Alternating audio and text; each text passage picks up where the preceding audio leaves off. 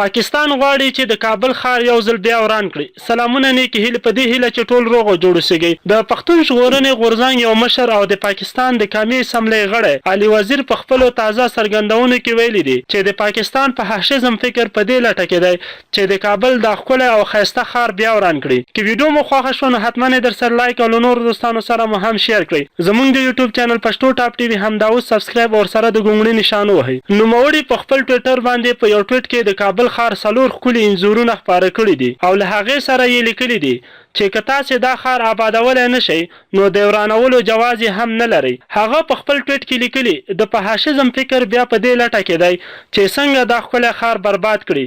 که چیرې تاسې له دې زیات دا ښار نه شئ آبادولی نو تاسې په هیڅ قیمت د ورانولو جواز هم نه لرئ. هغه همداراز په خپل ټویټ کې د پاکستان هغه فکر ته په اشاره چې غواړي تل افغانستان د دوی تر ولکې لاندې وي او دوی یې آبادۍ ته پرې نږدي وایي د خپل همسایه لپاره داسې فکر لرل رښتیا هم د افسوس ځای دی ځکه چې په راتلونکي کې همدا ورانونکي فکر په ډیر شدت سره په تا هم عملي کېدلی شي. هغه همدا نه یوازې پر دغه پاکستاني فکر سختې نیوکې کړي بلکې وایي که دا فکر د همداسې دوام وکړي نو همدغه فکر به یو ځل په تا هم ډیر شدت سره عملي شي.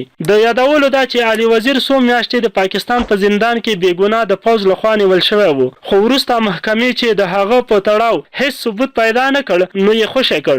نوموړي د پاکستان په قومي اسمبلۍ کې هغه ټول تورونه رد کړل او ویل چې د پاکستان پوځ چې د پښتنو په سیمو کې څومره عملیات هم ترسره کړي دي د وژل شوو 50 ترهګرو نومونه دې دلته راته واخلي نو زه به له اسمبلۍ استعفا ورکړم.